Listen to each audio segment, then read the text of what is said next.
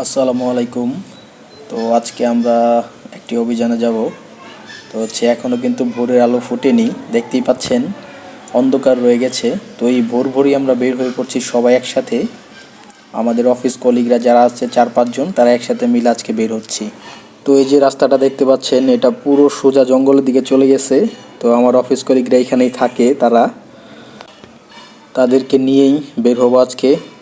এই যে দেখতে পাচ্ছেন, আমরা 2টা বাইকে অলরেডি রওনা দিয়ে দিচ্ছি, আরেকজন আমাদের সামনে আছে। তো তাকে নিয়ে সোজা ওদিক দিয়ে চলে যাব আমরা। তো চলেন যাওয়া যাক, এবার দেখি কি আছে। আগে এইখান থেকে বের হই, রাস্তাটা অনেক ভাঙ্গা, চিপা রাস্তা। তো তো এখান থেকে বের হচ্ছি। আর আমাদের যে অফিস কলিগ, সে হচ্ছে আমাদের জন্য তার বাসার সামনে ওয়েট করছে। তো যাওয়ার সময় আর কি তাকে আমরা সাথে করে নিয়ে যাব। তো চলুন, বাকি কথাটা হচ্ছে রাস্তায় বলতে বলতে।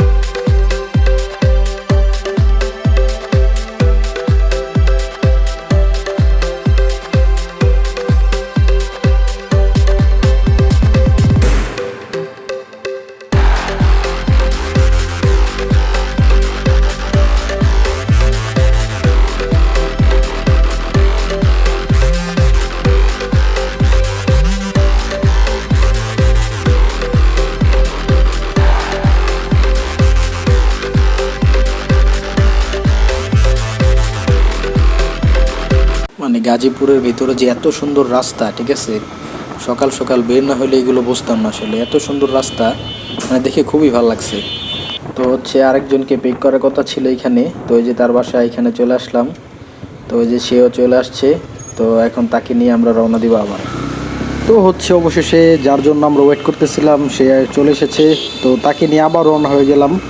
তো এবার উপভোগ করবেন গ্রামের কিছু আঁকা বাঁকা মানে ইটের রাস্তাগুলো। তো সব মিলে যেহেতু আমরা 5 জন যাচ্ছি, 5 জনের থেকে আমরা 4 জনই এই রাস্তা কিছু চিনি না। তো একজন এদিকে বাসা, ওর সে শুধু একজনই চিনে। তো সেজন্য তার পেছনে পেছনে আমরা যাচ্ছি। যদিও বলা যায় তার নিজেরই গ্রাম এটা, ঠিক আছে, এদিকে তারা স্থানীয়। তো ছোট থেকে এই গ্রামে তারা বড় হয়েছে। গ্রামের প্রত্যেকটা আনাচে কানাচে কি আছে না আছে সব কিছু সে জানে। তো তার পেছনে পেছনে আমরা যাচ্ছি।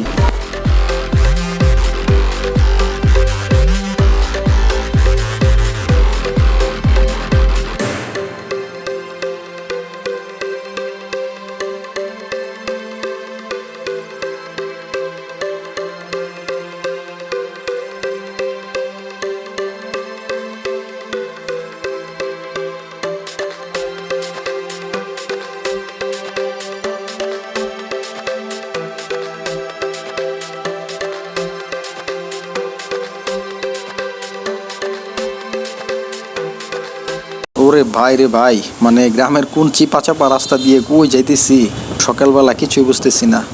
এই যে দেখতে পাচ্ছেন সামনে যে কৃষক অনেকগুলো, তো তারা সকাল সকাল মাঠে কাজ করতে যাচ্ছে, তাদের জমিতে কাজ করতে যাচ্ছে হয়তোবা। তো ওই যে দারুণ কিন্তু রাস্তাগুলো। ওই যে মানে কোথা দিয়ে নামতেছে ভাই, এটা রাস্তা আছে দিক দিয়ে? ও আচ্ছা আচ্ছা, এখন এই দিক দিয়ে নামা যাক। যাক, বাইক চালাতে কষ্ট হলেও কিন্তু রাস্তাটা কিন্তু খুবই দারুণ, ঠিক আছে। তো বলা যায় এটা কোনো রাস্তা না, এটা কি কি বলে এটাকে, কে জানে ভাই, জমির পাশে এটা কি বলে। তো যেদিক দিয়ে যাচ্ছে আমরাও সেদিক দিয়ে যাই, তাদেরকে ফলো করে, যেহেতু কিছুই চিনি না। তো মনে হচ্ছে এটা কোনো বাগান, যার কারণে মানে রাস্তাটা কি সুন্দর, খুব বোঝা যেতেছে, অনেক সুন্দর রাস্তা। তো মনে হচ্ছে আমরা প্রায় এসে গেছি। হ্যাঁ, এসেই গেছি আমরা। আমাদের যে অফিস কলিগ, ওর কাকার বাড়ি এদিকে সম্ভবত। তো আমরা ওইদিকে যাচ্ছি। হ্যাঁ, আমরা প্রায় এসে পড়েছি। তো বাড়ির পাশে দেখা যাচ্ছে বড় একটা বাগান, এটাকে মনে হয় আম বাগান বলা হয়।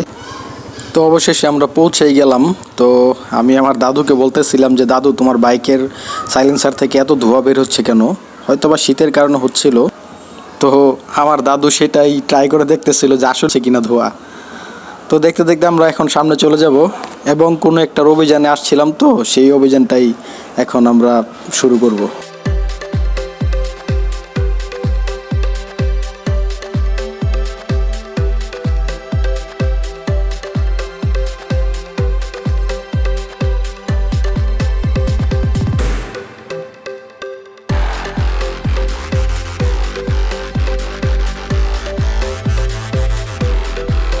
তো আমি যখন দাদুর সামনে দিয়ে বাইক নিয়ে আসতেছিলাম, তো সেও ফলো করলো যে আমার বাইক থেকেও ধোঁয়া বের হচ্ছে।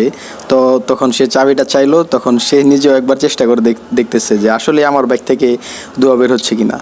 তো দেখলো যে হ্যাঁ সেম ইস্যু, ওরটা থেকেও ধোঁয়া বের হচ্ছে, আমারটা থেকেও ধোঁয়া বের হচ্ছে। তার মানে বুঝে গেলাম যে এত কুয়াশার মধ্যে হয়তোবা বাইক ঠান্ডায়, ইঞ্জিনটা হয়তোবা ঠান্ডা হয়ে গেছে, যার জন্য ধোঁয়া বেরোতেছে। তো হচ্ছে আসলে যে এত সুন্দর একটা বাগান এইখানে, মানে গ্রামের যে প্রকৃতি, মনে হয় এই প্রকৃতির মধ্যে নিজেকে হারিয়ে ফেলি।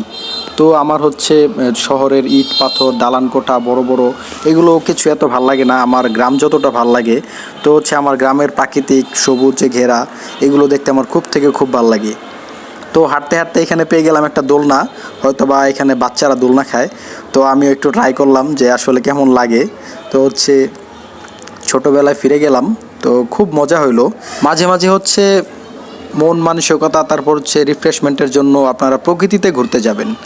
শহরের ইট পাথরে পার্কে ওইখানে না গিয়ে আপনি প্রকৃতি দেখবেন, দেখবেন আপনার সব কিছু ঠিক হয়ে গেছে। তো আমি মনে করি যে আমার যখন রিফ্রেশমেন্ট দরকার, তখন হচ্ছে আমি প্রকৃতির মাঝে চলে আসি, ঠিক আছে? তখন আমার মন মানসিকতা আবার একটু ফ্রেশ হয়ে যায়। প্রকৃতি কখনোই আমাকে নিরাশ করেনি। তো অবশেষে দোলনা খেয়ে নিলাম, তো চলে যাওয়া যাক। তো দেখেন আমাদের বরিশাল্লা ব্লগার এখন কি বলে আপনাদেরকে। আসসালামু আলাইকুম গাইস, আমরা চলে আসছি শীতের সকালে রস খাওয়ার উদ্দেশ্যে। সাথে আছে আমার দাদু। দাদু হচ্ছে আমার কলিগ ইনভয়েস অফিসার রাসেল। সাথে আছে আমার বড় ভাই আকবর সবুজ, তিনি আমার সিনিয়র এসিবিতে এক্সপার্ট। এবং আরও সাথে আছে আমাদের দানিশ ভাই, তিনিও আমাদের কলিগ। আমরা আসছি সুদূর গাজীপুরের এমন একটি অঞ্চলে, এই অঞ্চলের নাম আমি জানি না, ময়ো এক্সের চিনি না, তবে মোর যার একটা কলিগ আছে শাকিল, সে মোকে নিয়ে আসছে।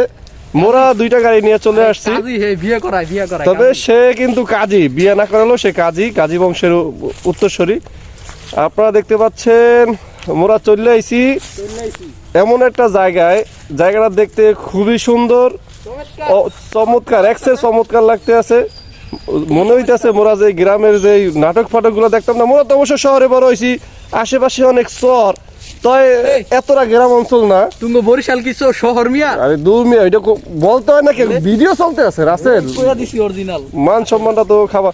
গায়স এটা আপনারা স্কিপ করেন, মুই আর স্কিপ করতে পারবো না। তবে দেখতে পাচ্ছেন মোরা এখন চলে যাইতেছি, আসেন মোগো লাগে। আপনারা দেখতে পাচ্ছেন গায়স থুকু গাইস, এই যে এক্সের চলে যাইতে আসি। সে কি অপরূপ দৃশ্য, গ্রামের মায়া। আসলে মেইনলি হচ্ছে কি, আমরা গ্রামের ছেলে, আমাদের গ্রাম জুড়ে আমাদের মায়াই গ্রামে। যতই শহরে থাকি আমাদের টানটা গ্রামেই। কিন্তু আজকে এই গাজীপুরের এই জায়গাটায় আইসা মনে হচ্ছে যে না, নিজের গ্রামে আসছি, এরকম একটা ফিল, অন্যরকম ফিল। না, আমার নিজের গ্রামের চেয়ে ওই গ্রামটা অনেক সুন্দর। দেখতে পাচ্ছেন যে গাছ থেকে রস পারবে, তবে সেটা আবার ওই যে মোর যে দাদু, সে আবার পারতে গেলে চোর হয়ে যাইব গা, যার কারণে সে পারবে না। তবে রস আছে কিন্তু, আমরা আপনাদের রসটা দেখাই রস দেখতে পাচ্ছেন। তবে হ্যাঁ, এটা থেকে হাড়ি নামানো হয়েছে, নামানোর পরে অবশিষ্ট একটু আছে, দেখতে পাচ্ছেন এই যে একটু আছে। ঠিক আছে, ধন্যবাদ গাইস, আপনারা সাথে থাকার জন্য ধন্যবাদ। রাসেল তুমি কিছু বলো দাদু। এই যে আমার ফলোয়ার, ঠিক আছে, সবাই লাইক কমেন্ট করে ওর পাশে থাকবেন, ঠিক আছে? তো সবাই মিলে দুষ্টামি ফাইজলামি করতে করতে এখন যাওয়া যাক রসের উদ্দেশ্যে। বাইকটা আমরা ওই বাগানেই রেখে দিয়েছি দুইটা, যেহেতু চারপাশে বিল, তো বাইক নিয়ে যাওয়ার কোনো অপশন নাই। সো বাইক দুইটা ওখানে রেখে দিয়েছি। শিশির ভেজা ঘাসে কিন্তু আমরা ঘাসের উপর দিয়ে হেঁটে হেঁটে যাচ্ছি সবাই। সকালের শিশির ভেজা ঘাস, এর উপর দিয়ে আমরা হেঁটে হেঁটে যাচ্ছি সবাই। পাশে হচ্ছে বিল, এই বিলের মধ্যে রয়েছে কিন্তু অনেক ছোট ছোট শাপলা।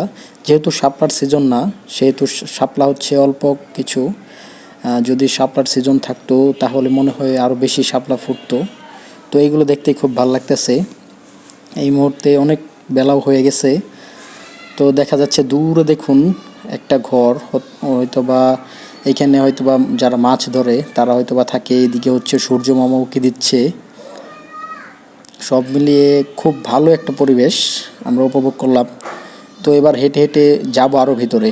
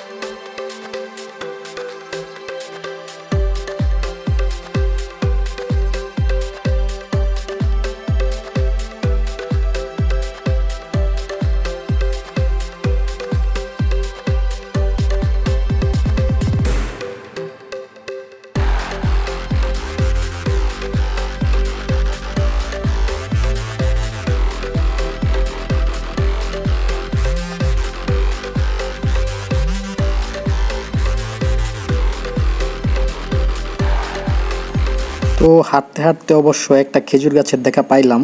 তো এটা হচ্ছে আমাদের না, ওইখানে দুইটা আপু দাঁড়ানো ছিল, হয়তোবা ওনাদের। তো আমরা তাও একটু দেখে একটু দিলাম যে হয়তোবা হ্যাঁ কালারটা সুন্দর। হাঁটতে আবারও সামনে আগানো শুরু করলাম।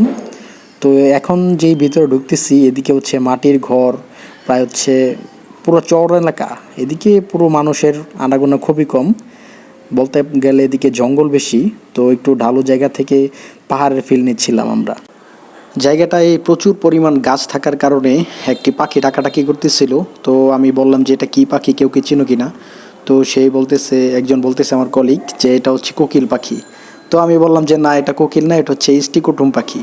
তো এর পাশে কয়েকটা বসত বাড়ি রয়েছে। তো বাড়িগুলো হচ্ছে মাটির তৈরি বাড়ি। তো এর সামনে এখন চলে যাব আবার আমরা। তোমার এই গাছের উপরে বসামু, ঠিক আছে? একটা বক্সার পরা থাকবে, তুমি উপর থেকে তোমার সাইরা দিব সুন্দর করে নিচে আই পারবা একবারে। ওরা গাছটা বুঝো যায় না, কিন্তু তুমি গাছটা দাও, গাছটা কিন্তু গাছে তাড়া ভাইয়া, কিন্তু তুমি বুঝো কি হইবে তোমার বক্সার পরা অবস্থায়, তোমার কি হইবে। তুমি গ্রামের একটা মজার কথা জানো দাদু? কি জিনিস? এটা যেতাম না গাড়ি ওই যে ইয়ের রাস্তা জানবো কেমনে? ওই ওই আমরা হুইন্দে নামে লই যেতাম। গাড়ি দেওয়া সারাদিনই চালাই, বুঝো না? এখন একটু হাঁটি, সকালবেলা হাঁটা। ওই যে তুমি যদি সকালবেলা প্রাকৃতিক ডাকে সারা দিতে চাও, এই চিপা দিয়ে যেতে পারো। এটা সোজা জঙ্গলের দিকে চলে গেছে। দাদু তাই গাজীপুরে যে এত জঙ্গল, তুমি এটা তো কিছুই দেখো নাই। তুমি রাজেন্দ্রপুরের দিকে যাও, মানে ওইদিকে জঙ্গল, মানে কি যাবো যাবো। এই যখন শুক্রবার করে বন্ধ দিতে আছে না, এক এক শুক্রবার একদিকে চলে যাবো। ওই যে লাইন হয়েছে দাদু। ওরে দাদু রসের লাইন হয়ে গেছে। নামাজ না গা, তুমি ঘুরো। ওরে সুদল। যারা রস খাইতে আসবে তাদের একটা মেসেজ, কেউ যেন মানে হুটহাট না আসে, রস পাবে না কিন্তু। কারণ অনেক মানুষ এসে সিরিয়াল দিয়ে থাকে আগেই, তারা চাইলেই রস পাবে না। এই যে আমরা অনেক ঘুরতে ঘুরতে ঘুরতে ঘুরতে, যে আমার দেশীয় ভাই শাকিল, এই শাকিল কোনো না কোনো ভাবে ম্যানেজ করছে। সবাই কিন্তু এটা কি ভাই তোমার? এটা দেশি ভাই? দেশি ভাই। ওর বাড়ি তুই লাঙ্গ দেশে মিয়া, মমি সিং এর দিকে মিয়া। তো কাকা আমাদেরকে বলতেছে যে আরও মিষ্টি রস খাইতে চাও কিনা? তো আমরা বললাম হ্যাঁ। তো আমাদেরকে অন্য একটা গাছে নিয়ে গেল আবার। সুন্দর একটা মাটির ঘর, পাশে বাঁশবাগান, বাঁশবাগানের ভিতরে একটা মাটির ঘর। এ দাদু, তুমি মানে কি করো দাদু?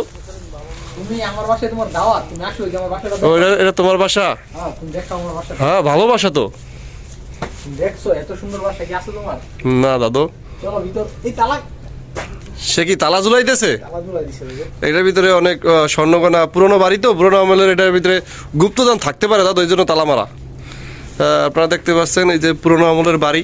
ভাই ভিতরে ভিতর মিয়া, এই ভিতরে ভয় করে। তবে গাছ উপসুপ করা পরিবেশ, হরর প্লেস। ওই যে একটা চঙ্গ আছে উপরে লাগে, দেখছো? আবার ভিতরে একটা সংজ্ঞাও আছে, উপরে এই জায়গায় আমরা না থাকি। চলো আমরা দাদু মোরা ওইদিকে চলে যাই। ও এদিকে অনেক লোক মোরা। দাদুর ভয়ের কি আছে দাদু? না, তুমি যখন ভিতর দিকে তাকাইবা তখন তুমি মনে করবা যে তুমি একা, ঠিক আছে? তখন তোমার ওরকম একটা ফিল আসবে যে তুমি ভয় পাইতেছো। দাদু এটা হাসা কথা বলছো। ভিতরে যখন তাকাও তোমার কিন্তু ভয় লাগতেছে তোমার। ও জঙ্গলের ভিতর ঢুকতেছি, মারি খাইছি রে। উদ্দেশ্য কি হঠাৎ করে এই কথা? দেখলে এই দিকে লেখা করে ধরছে মানে ওই যে মুই চাকরি করতাম না।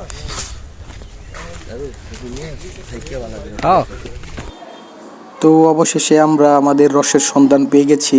এটাই হচ্ছে সব থেকে মিষ্টি খেজুরের রস। এই গাছের রস নাকি অনেক মিষ্টি হয়, তো সেই জন্য সে আমাদেরকে এখানে নিয়ে আসলো। তো গাছটা অনেক উঁচু থাকায় এখানে কিন্তু সাইডে কিন্তু একটা বাঁশ তিনি বেঁধে দিয়েছে এর সাথে, যেন খুব ইজিলি সে উপরে উঠতে পারে। তো তার টেকনিক অনুযায়ী সে উঠে আমাদের জন্য রসটা নিয়ে আসছে। তো এক প্রকারে আমিও এক সময় চেয়েছিলাম যে বাঁশ বেয়ে বেয়ে হয়তো আমিও একটু উপরে উঠি, দেখি কেমন লাগে। তো আবার ভাবলাম যে না, হয়তো বা একটা অ্যাক্সিডেন্টলি কিছু একটা হয়ে গেলে দেখা গেছে অনেক বড় ধরনের একটা আঘাত পেতে পারি। তো সেজন্য আর উঠি নাই, তিনি উঠেছেন। তো এই গাছ থেকে প্রতিদিন তিনি সকালবেলা এসে এভাবে খেজুর রস সংগ্রহ করে। তো প্রতিদিন তিনি 5 থেকে 7 কেজি এর মধ্যে পেয়ে যায় রস। তো আবার কিন্তু দেখুন খুব ইজিলি কিন্তু একটা দিয়ে মানে ঢেকে দিছিল, জানি কোনো কলা বাদুর বা কিছু এসে না খাইতে পারে। উপরে একটা জাল দিয়ে এটা বেঁধে দিয়েছিল। এটা খুবই ভালো স্বাস্থ্যের পক্ষেও, কারণ দেখা গেছে খেজুরের রস অনেক মিষ্টি থাকার কারণে অনেক পাখি কিন্তু রাতের বেলা চলে আসে, যেমন কলা বাদুর। তো রিসেন্টলি শুনতে পাচ্ছি যে আমাদের দেশে নাকি একটি ভাইরাস শনাক্ত করা হচ্ছে। তো এই ভাইরাসের এখন পর্যন্ত কোনো চিকিৎসা তারা আবিষ্কার করতে পারেনি, যার কারণে বিশেষজ্ঞরা বলেছে যে এই ভাইরাসটি সম্ভবত খেজুরের রস থেকে পাওয়া যাচ্ছে। তো আপনারা যারা খেজুরের রস খাবেন অবশ্যই স্বাস্থ্য সচেতন হয়ে তারপর খাবেন। বেশি খাওয়ার দরকার নেই, জাস্ট অল্প একটু খেলেই হবে। আর যদি এটাকে জাল দিয়ে খেতে পারেন তাহলে তার খুব ভালো হয় স্বাস্থ্যের জন্য। তো আমরা আমাদের পর্যাপ্ত পরিমাণ রস হাতে পেয়ে গেছি। এখন এটাকে আমরা বোতলে ভরবো। ভরে হচ্ছে এটাকে নিয়ে যাব হচ্ছে বাড়িতে গিয়ে ভালোভাবে ছাঁকনি দিয়ে ছেঁকে তারপর আমরা খাবো। তো চলে আসলাম আমরা আমাদের অফিস কলিগের বাসায়। তো এসে রসটাকে ভালোভাবে ছেঁকে নিয়ে তারপর আমরা খাওয়া শুরু করব। তাদের বাড়িটা যেখানে, তাদের বাড়ির সামনে উঠান বিশাল, ওইটাও খুব দারুণ ছিল। তারপর চেয়ার নিয়ে উঠানে বসে সবাই গল্প করতে করতে রস খাইলাম। খাওয়ার পর নাকি বলতেছে যে ওইদিকে নাকি ঐতিহ্যবাহী একটা মেলা হচ্ছে, গ্রামের মেলা। তো ওই গ্রামের মেলায় নাকি অনেক বড় বড় মাছ পাওয়া যায়। তো আমরা রস খাওয়ার পরে মেলায় যাব, মেলায় গিয়ে নাস্তা করব। তো দাদু রস খাইতেছে আর বলতেছে অনেক মিষ্টি। তো ভিডিও আজকে এই পর্যন্তই। আল্লাহ হাফেজ। মেলায় আমরা কতটা মজা করেছি এটা আসবে পরের ভিডিওতে।